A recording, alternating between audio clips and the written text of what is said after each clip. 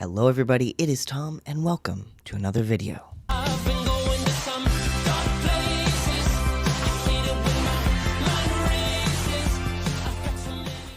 So hello.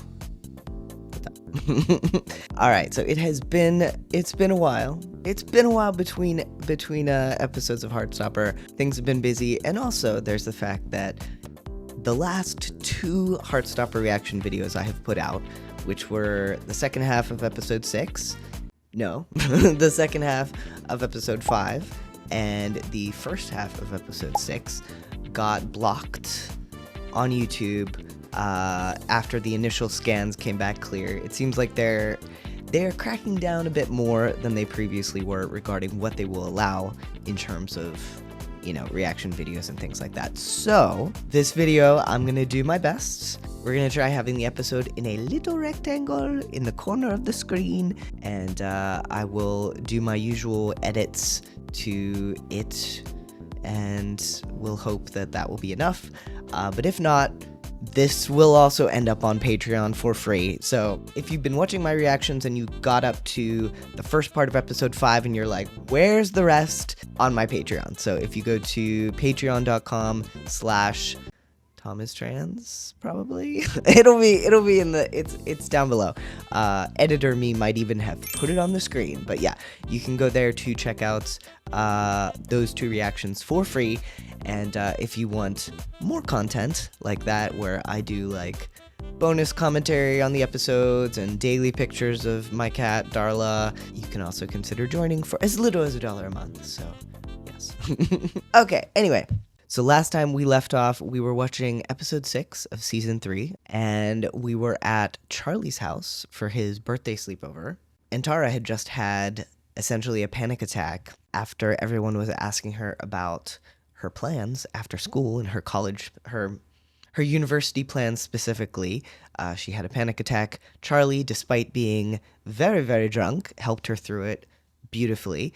And yeah, that's where we left off. So we will continue from there, and yeah, it'll be great. So let's do that. Okay, but before we do, just in case you missed it, I recently got to do something very cool, which was to interview Jackson Bird, who is a content creator, author. His book, yes. So his book, Sorted, which is a transgender memoir, fantastic book, one of the first ones I read, really meant a lot to me. So yeah, you should go check it out. It's part of the Trans Life podcast, which is a podcast that I do about trans stuff, funnily enough. It is on YouTube on my channel, so definitely go check it out. Give it a like, drop it a comment if you like, and yeah, that's all. Okay. But yeah, it was super fun, and I still can't believe that he actually agreed to do it. So I'm very happy about that. And I think we had a great conversation. So, okay, back to Heartstopper. Let's watch the second half of episode 6. Some very nice artful shots. Oh, here we go. Charlie. Okay, so we have Nick getting some water at the kitchen sink, and Charlie stumbles into him in his drunken state. Maybe you've had enough now? I love Charlie's sweater. It's an obligation. I must mention Charlie's or Nick's outfit at some point during the episode, but I really like that green sweater. It's very nice. There's a lot to be said for summer, but I'm very much looking forward to sweater weather because I just like being cozy. I really like you. I like you too. Don't ever leave me. Oh, this sentence from Charlie, "Don't ever leave me." It's really interesting to see the things that he says, the things that he feels emboldened to say to Nick while he's a little bit tipsy here. The "don't ever leave me" is one of them. Like, it's something that I'm sure he feels all the time, and we know Nick feels the same way about him, but like, yeah, there's just such vulnerability in that sentence. I wasn't planning on it. Let's get you some water, okay? Yeah, Nick in his caretaking role now, getting Charlie some water. I like the recurring theme of them caring for each other by getting beverages for one another. Like earlier, when Nick is kind of sick from his anxiety attack or whatever is going on at the bonfire party, In season 2, Charlie brings him tea, and now, well, yeah, and Charlie's kind of drunk, and so Nick is taking care of him by giving him some water. What's up? No, you can't go in the closet right now. I'm wearing a Pride shirt. You can't go in the closet when I'm wearing a Pride shirt. Okay, here's Darla. What do you have to say? Mwah. She's gonna rub her face on some stuff for a bit, and hopefully then she'll go settle down. I'm not even sitting in my desk chair right now. I'm sitting in a folding chair because she had previously taken over the desk chair, so hopefully she will go sit in it very soon. Anyway, so Nick offering to get some. I like Nick's shirt too. Damn it. Come here. Charlie dutifully. The way they look at each other is just, beyond anything. So Charlie dutifully takes a drink of his water. I've been thinking about something. You and me, we could do things. The way he says we could do things.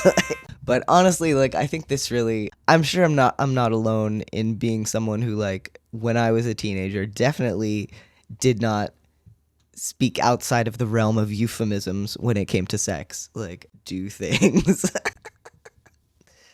Good times, good times. Even now, I probably am more likely to use a phrase like this rather than just outright say what they're talking about. But What kind of things?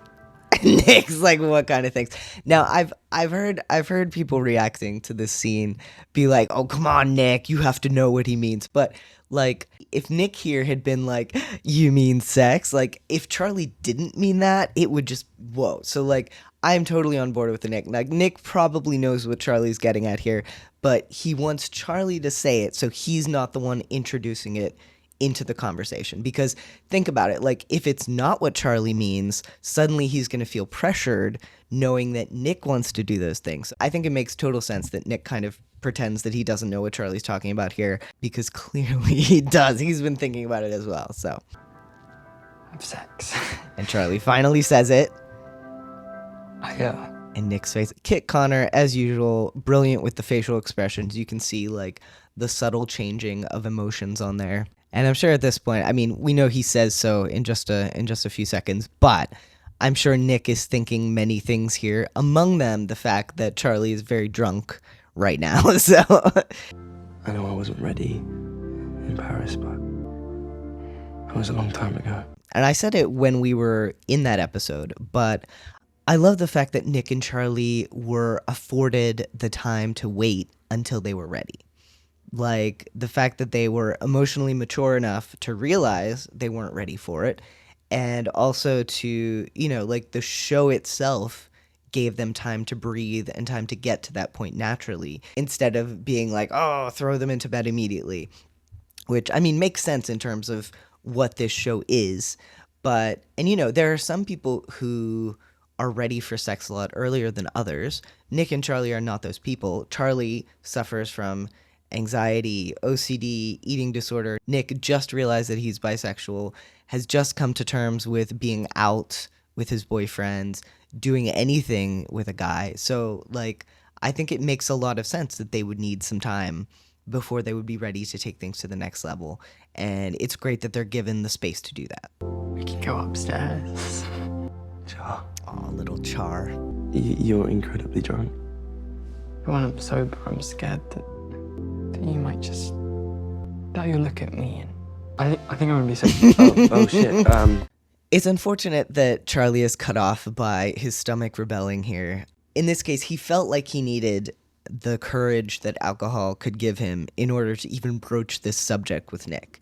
And as before, we're seeing kind of some of his vulnerabilities slipping out verbally, as opposed to, you know, him keeping a tight hold on them the rest of the time and just feeling them deeply and torturing himself. I definitely don't do that. But in this case, first of all, we have him saying, "Please don't ever leave me," which slips out. And then now, him getting, no, don't eat the blinds. All right, well, the people in the park are going to have to watch me recording this because Darla will try to eat the blinds if I keep them down. So anyway, but yeah, so Charlie here comes as close as we've seen to admitting to the secret fears that he has about him and Nick being intimate. Like, he's self-conscious of his body. He's afraid that Nick, despite never giving him any indication that he finds him anything but, like, completely attractive, he's still afraid on that deep level that Nick will look at him and think terrible things about his body or suddenly not be attracted to him anymore. And I think it's great that Charlie almost says this to him, and, you know, they talk about it more later, but it is unfortunate that he couldn't say this. I guess that's the hazard of getting drunk in order to get the courage to do something. You might be able to do it, but you also might just throw up. Oh shit. Nick's like, oh shit. Poor Nick is always having to, like, help drunk people throw up.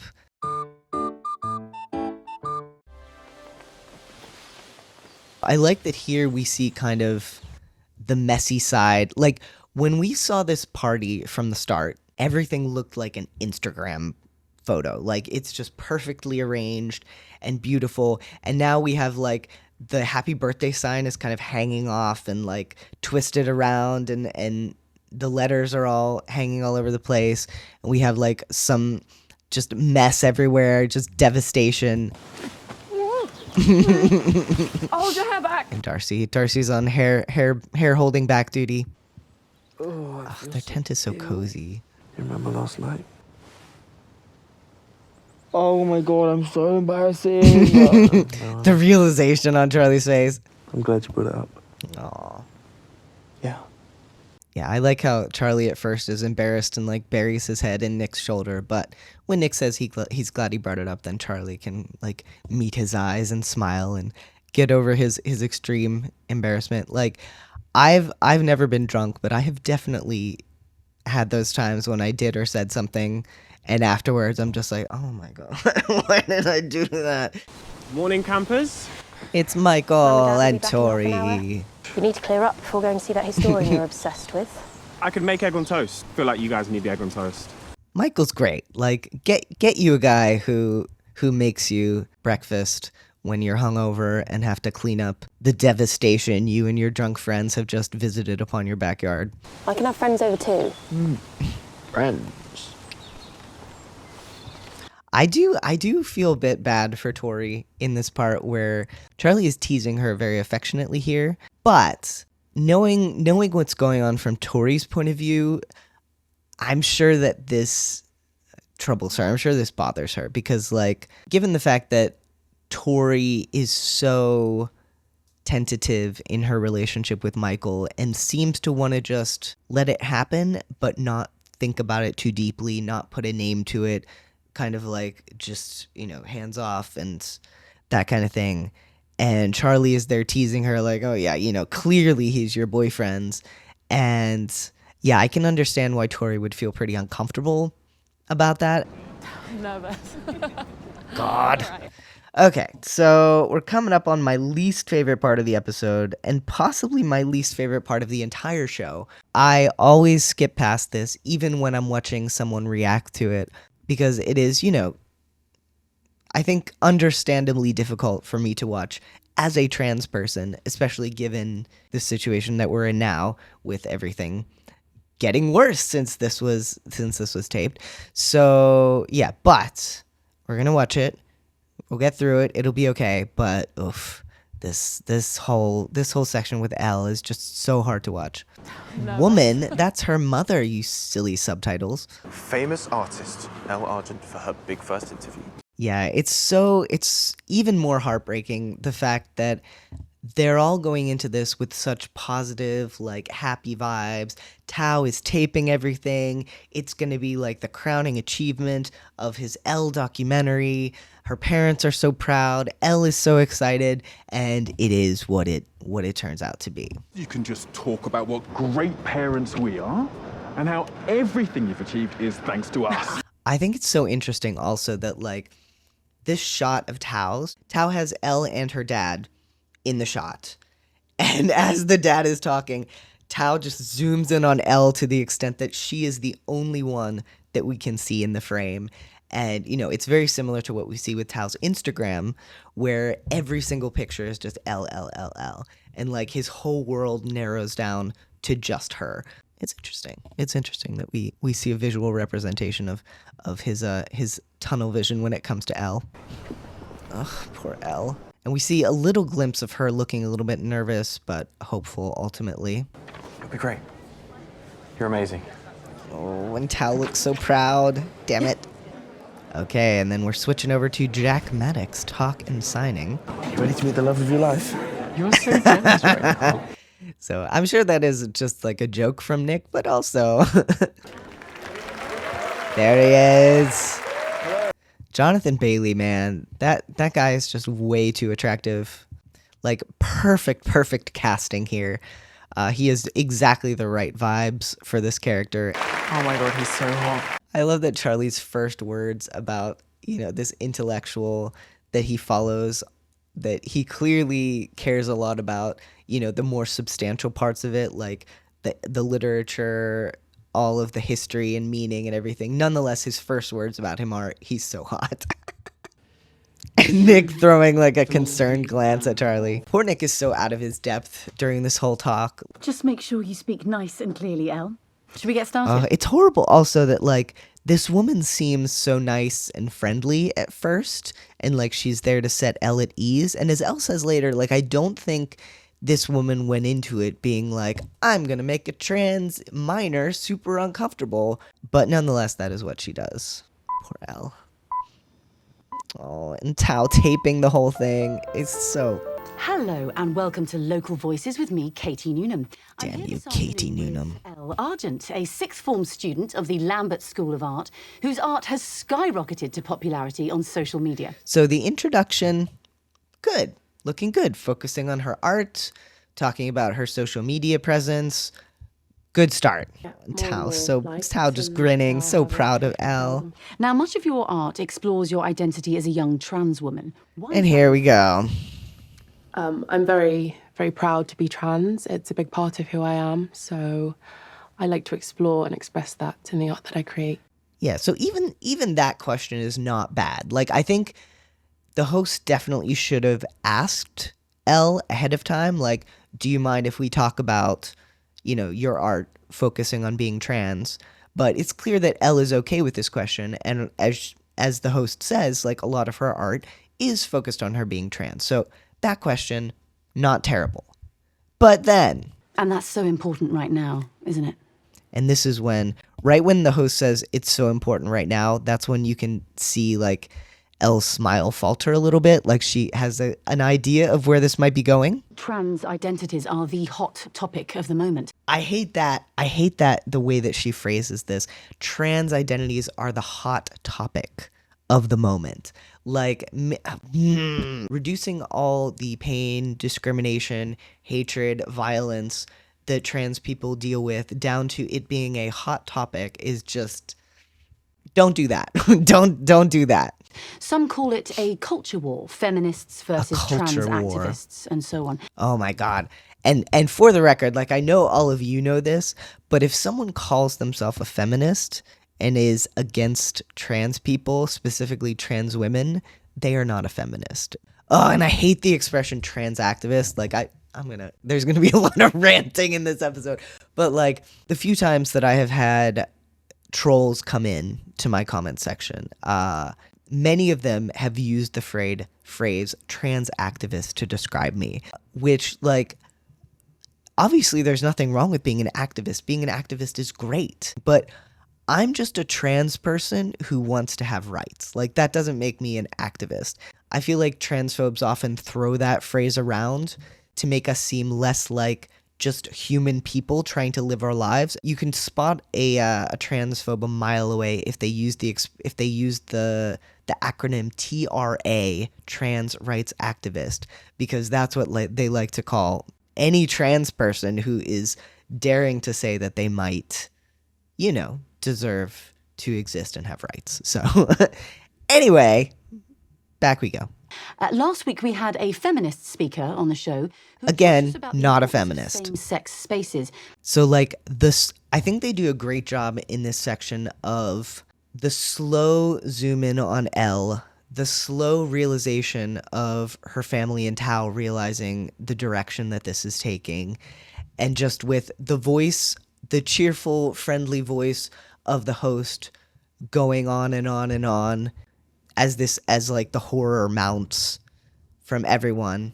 I think it's so important we hear all voices and opinions. And the way she says, I think it's so important that we hear all voices and opinions. Like, it's clear she thinks she's doing something really good here by pretty much entrapping this teenager into defending her right to exist, like it's up for debate. I'd love to hear your thoughts on the debate.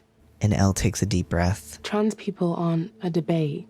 We're human beings. That's such a good line. Trans people aren't a debate.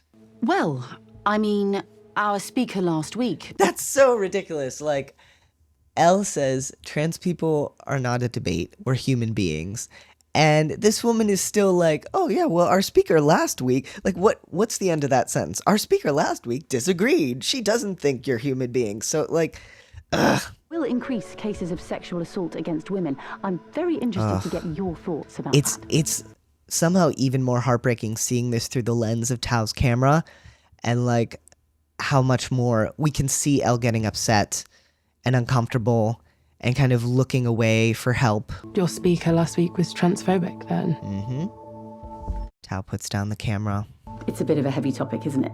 Let's move on to... And I love how the host says, oh, it's a bit of a heavy topic. Like, she clearly notices that Elle is uncomfortable and says, let's move on to something else. And the something else that she moves on to, which states that teachers must inform parents about students changing their pronouns. She keeps going in the same direction. Like, could come in as soon as... I think I need to go. I think it's great that through this whole section, through this whole part right here, we're just close up on Elle's face. And she's not having any big reactions. Like, she's keeping it together very well. But nonetheless, we can see her getting smaller and smaller. We can see her just like more and more uncomfortable, more and more upset, until she finally reaches the point of being like, I gotta go. I can't do this. I need to leave. And I'm so glad that Elle does leave this situation, because it's oh my goodness. I'm sorry if I offended you. And the sound of the host's voice when she says, I'm sorry if I offended you, she sounds so confused, so bewildered, like, I'm trying to help you, trans people, by giving you a chance to talk about this. Like, she does not in any way understand that what she just did was very, very wrong. And poor Elle just bursts into tears. You'll be hearing from me. Yeah, fuck yes. Oh, and poor Tao kind of lingering behind, looking at his camera. Yeah, so I've already said a lot about what's wrong about this situation, but obviously, this was a really, really shitty move by this radio host for a lot of reasons. But the fact that Elle was invited onto this show under the pretense of talking about her art, and that the host never thought to mention that she really wanted Elle on so that she could talk about the hot topic of trans people. And it's so clear by the language that the host uses that she does not get it. Like, she does not understand why it's a big deal, or why it would be hurtful for a teenager, anyone, but especially like a young person, a young, vulnerable minor, to have every bad thing that the world is saying right now about trans people directed at them during an interview, a public interview, when they're already, kind of nervous because it's a public interview. But the way that this should have happened, it's terrible to begin with that this host would think it was appropriate to ask Elle to defend her identity and defend the right of herself and people like her to exist. But if she was going to do that, if that is really what she wanted, she definitely should have, been upfront about that and warned Elle that they were not going to talk about her art. They were going to talk about trans issues the whole time. But no, this reads very much like someone who wants ratings, someone who wants to latch on to the big thing everyone is talking about, the thing that gets views, or in this case listens, because it's, you know, a contentious issue. But it's very interesting that Elle does realize, as she says later on, that this woman probably thinks of herself as an ally. But yeah, this is allies. This is not what you do.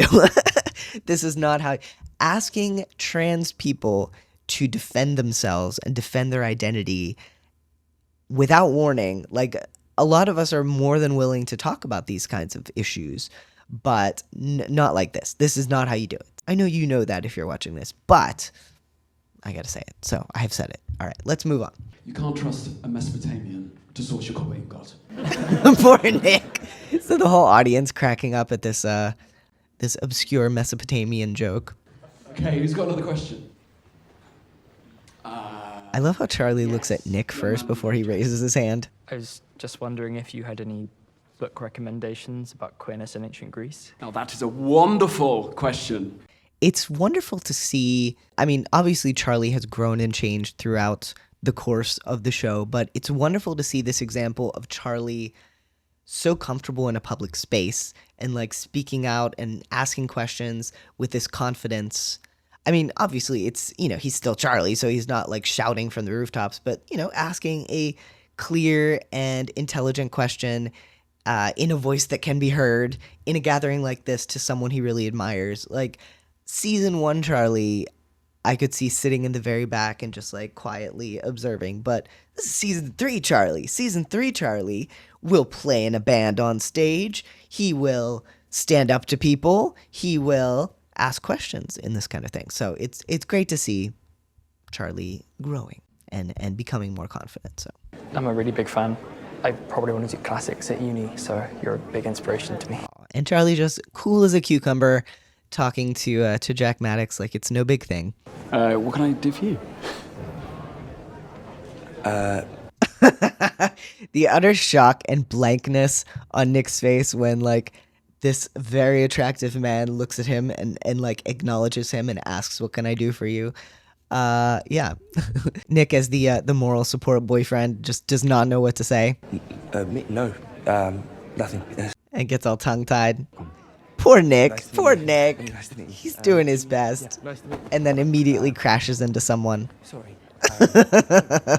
It is wonderful seeing Nick get so flustered. Yeah, he's really hot. Oh my god. I love that Nick is the one who's flustered in that situation, while Charlie is all cool and calm and speaking in intelligible sentences. Okay, so this is the first time that Nick and Charlie have been alone in Charlie's bedroom since they broached the topic of doing more than kissing, as it was referred to in an earlier episode. And it's also interesting that right after they meet the hottest man ever, they are in the mood to do more than kiss. Ooh, yeah, so again, they do such a good job here visually and sound-wise, showing what's going on with Charlie without having to explain it. Like, we hear kind of the change in ambiance of like the darker tones, the rumbling going on as Nick kind of grasps the bottom of Charlie's shirt like he's gonna lift it up. So Charlie clearly like trying to power through, trying to focus on what he loves, which is kissing Nick, and not think about what he's super afraid of, which is Nick seeing his body. And talking about the title of this episode, I really like that they chose this word to be the title because, you know, obviously it fits in with Charlie's insecurities about his body and Nick seeing his body, but it also figures into the fact that Elle herself in that interview is sort of reduced to just a body. They're talking about her body as a trans person rather than who she is as a person, so. Should we stop? Ooh, and we have like the blackness kind of intruding around the edges. Nick picking up on it, obviously asking if they should stop. And Charlie's like, I'm gonna power through, we're gonna do this. Start kissing again. But yeah, again, anytime there's sort of a hint of what might come next in terms of his shirt being taken off, immediately the bad feelings come back. And we have more like scratchiness in the background as Charlie tries to power through. And like, if you feel like this, it is probably not a good idea to be intimate with someone. You want your first time with someone to be pleasant. It shouldn't have to be said, but you want it to be a good experience and not something that you just have to grit your teeth and get through. We should stop. No, wait. Yeah, and I understand how difficult this is for Charlie, because like clearly he does want to go further. He does want to have sex with Nick, but he also does not want to take his shirt off. So trying to communicate that to Nick is a challenge in this situation. And then we have a little knock, knock, knock, and they're both like, awkward. Had a nice time today? His mom, to her credit, obviously knows what was going on there, obviously knows what she interrupted, but does not comment on it, does not get mad, does not say anything about it, just asks how his day was and is quite nice. So good on you, Mom. Okay. But she does make sure to leave the door wide open when she leaves. I'm nervous about taking my shirt off. I'm so proud of Charlie that he's able to say this so clearly to Nick and like tell Nick exactly what he's afraid of. It shows so much growth on Charlie's part, and the fact that he's not drunk this time when he's talking about it. I don't look like Jack Maddox or anything. You know, I really fancy you. Like, infinitely more than Jack Maddox. I love Nick's reaction to this being like, yeah, I fancy you way more than Jack Maddox. I like you so much. I love you. I want you. A lot of vulnerability here from Nick as he says that. I really did want to carry on. I really want... Mom, have you seen my laptop charger? Don't worry. Maybe just not at your house today. At least not at your house when everybody's home. Therapy is cool. I just get to this headspace where all I can think about is how disgusting he'll think I look. I relate so much to looking at your own body in the mirror or not in the mirror and just having nothing but negative thoughts about it. Obviously, that has decreased a lot for me since getting top surgery, but like, I've got a belly. I've got there's parts of my body that I look at and I'm like, and it's not even that I dislike them for myself. I immediately think about, what is someone going to think if they see that part of me? I really get what Charlie's saying here. Like, even if I saw someone who looked like me with my body, I would have no negative feelings toward that person whatsoever. But because it's me, I look at it and I'm like, oh, it's terrible, it's terrible. So I think that irrational sense of disgust toward parts of your own body is very relatable, unfortunately. I think it's especially hard when you've been raised socially as a girl, because obviously it's not easy for boys either. It's not easy for anyone, but especially being raised as a girl, I feel like you get so many more messages about the importance of your body looking a certain way. And thus you are way more focused in on those parts of your body and what it's supposed to look like, that it's really hard to give yourself any grace when it comes to that. We've talked about how you get anxious when you feel like you don't have control. Part of intimacy is trusting someone enough to let go of some control. That's a great line from Jeff about how intimacy, part of it is trusting someone enough to let go of control, or some control. But as long as you and Nick respect and trust each other, and you communicate and listen to each other, then you're safe. Obviously Jeff is such a good therapist, but this is another example of Heartstopper doing such a good job being an educational show, which it honestly is through and through. The things that Jeff says about sex, I think it's a very healthy way to look at it, and to look at, Charlie's anxieties about it and all that. Just wish I was more confident. I think you have a lot of confidence. Aren't you the one who confessed your feelings to Nick first, when you didn't even know whether he liked you back? Mm-hmm. You did do that, Charlie. And that was season 1, Charlie. But feel confident. That's just a challenge you're going to have to face. But I know you have it in you, Charlie. You see the birds flying off together. Yay! Yeah, so I love the therapy bookends of this episode. And I also love that throughout this episode, we see examples of Charlie being very confident.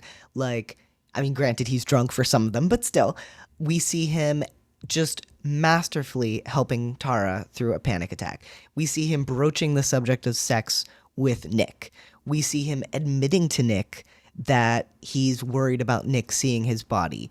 We see him asking a question in a room full of strangers and Nick to this person that he really respects and admires and finds hot. We see him talking calmly and coolly to that same person. Like, this whole episode has so many examples of Charlie just being confident, and he can't see that. And it's great. I love that Jeff is there to point it out to him, and not only to point out how confident he's become, but how confident he's been the whole time, or the potential for confidence there. Like the fact that, again, he was the one who confessed to Nick how he felt, despite not knowing whether or not Nick felt the same, which was such a gutsy move. So yeah, like I think Charlie is strong as hell. He's not always confident in himself, but his behavior is often very confident. Like, he's so much stronger than he gives himself credit for. And yeah, it's wonderful to see. I love seeing that kind of evolution of a character. So yeah, but I think this is a great episode. And despite the fact that the stuff with Elle at the radio station hurts me every time it's supposed to, I think it's good that they went there. I think it's good that they broached this topic in this way. Like, I've loved throughout the show that Elle being trans is just one of many things about her. It's not the whole of her character. It's not even like the top 5 things that we, are concerned about when it comes to her character. So I really appreciated that about the show up till now, but I also think that pretending like it's not an issue, pretending like it's easy, it's like smooth sailing for trans people if the people in your life are supportive. Obviously, it's so much easier if the people in your life are supportive, but you still have all these outside influences, people in power, people on the internet, just even well-meaning allies like this radio host, making life very difficult for trans people. So I think it's really good that they went there. I also really appreciate that in order to show kind of the negative aspects of being a trans person in today's climate, they did not go in a sensationalist direction. They didn't have, Elle being like having transphobes spewing hate at Elle. They didn't have any kind of altercation with anyone. It was an essentially well-meaning person who thought she was doing the right thing by giving Elle a chance to talk, on the trans side of the debate and all that. But nonetheless, it still really hurt Elle. So I think they did a really good job of how they integrated that, and just again, like the slow changing of Elle's mood, and just seeing her close in on herself, and like Tao slowly lowering the video camera, her mom starting to yell at the assistant and things like that. Just the whole way that scene went along was beautifully done. Horrible, but beautifully done. So, all right, I guess that's all I have to say. It should come as no surprise that I had a lot to say about that particular scene, and yeah. But feel free to leave your own thoughts in the comments below. Hopefully, this video will be on YouTube as you're watching this, but whether it's on YouTube or Patreon, please feel free to leave your comments. I love reading your comments. I love reading your thoughts, things that you noticed, your favorite parts of the episode. Tell me all of it. Tell me everything. Write an essay if you like. There's no word limit. Go for it. Okay, well, that's going to do it for this video. Thank you so much for watching, and huge thanks as always to our patrons who are amazing, fantastic, spectacular, wonderful, and stupendous. And special shout out to our Nick Nelson members, Kim Engel, Kent Smither, Paul Z, Courtney McAlexander, Tanya, and Angela Mondragon. And Angela, if I'm saying your name incorrectly, your last name, I assume your first name is Angela, but if it's not, let me know. But yeah, if I'm saying your name incorrectly, please let me know, because it could be like Mondragon, or I don't know. But yeah, let me know if I'm saying it wrong. Okay, so I hope all of you are doing great. Have a wonderful rest of your day, night, or whatever time of day it may happen to be. I'll see you next time. Okay? Bye. I really hope that recorded properly, 'cause if it didn't, I'm gonna cry. Yeah.